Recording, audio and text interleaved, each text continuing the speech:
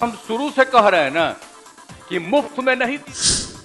विधानसभा में फ्री बिजली का विरोध करने वाले नीतीश अब देंगे 125 यूनिट मुफ्त।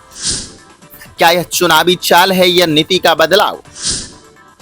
बिहार के मुख्यमंत्री नीतीश कुमार ने एक बड़ा ऐलान करते हुए कहा है कि 1 अगस्त 2025 से राज्य के सभी घरेलू उपभोक्ताओं को हर महीने 125 यूनिट तक बिजली बिल्कुल मुफ्त दी जाएगी।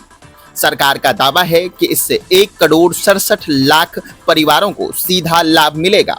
साथ ही अगले 3 वर्षों में घरों और सार्वजनिक स्थलों पर सौर ऊर्जा संयंत्र भी लगाए जाएंगे।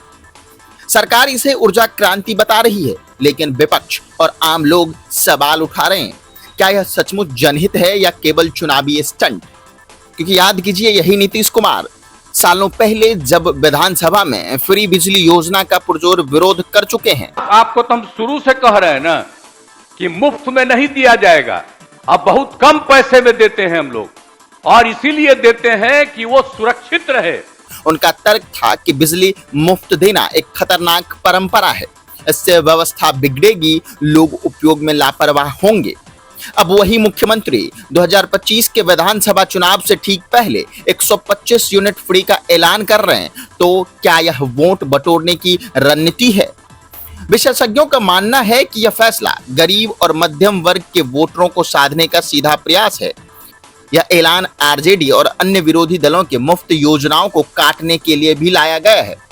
सौर ऊर्जा योजना से सरकार लंबी दूरी की नीति दिखाना चाह रही है, ताकि फ्री में भी स्थायित्व का संदेश जाए। हालांकि सरकार का यह भी दावा है कि कुटीर ज्योति योजना के अंतर्गत अति निर्धन परिवारों को सौर संयंत्र लगाने का पूरा खर्च भी सरकार उठाएगी, यानी बिजली बिल अब शून्य हो सकता है। अब देखना होगा कि क्या जनता इस बदलाव को नीतिगत सोच का परिणाम मानती है या चुनावी स्वार्थ का रूपांतरण, और क्या यह योजना सच में उतनी ही जमीन पर उतरेगी जितने घोषणाओं में दिखाई दे रही है। सरकारी आंकड़े कुछ भी कहे, लेकिन गांव देहात की हकीकत बेहद निराशाजनक है।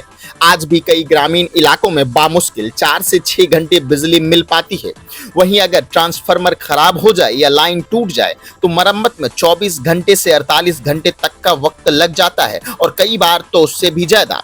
बिजली का ये मुद्दा अब चुनावी मौसम में तेजी से गर्मा रहा है।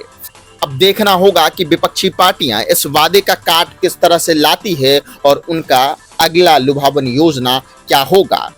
फिलहाल जो भी हो, गरीब गांव देहात के लोगों को थोड़ा राहत जरूर मिलेगा।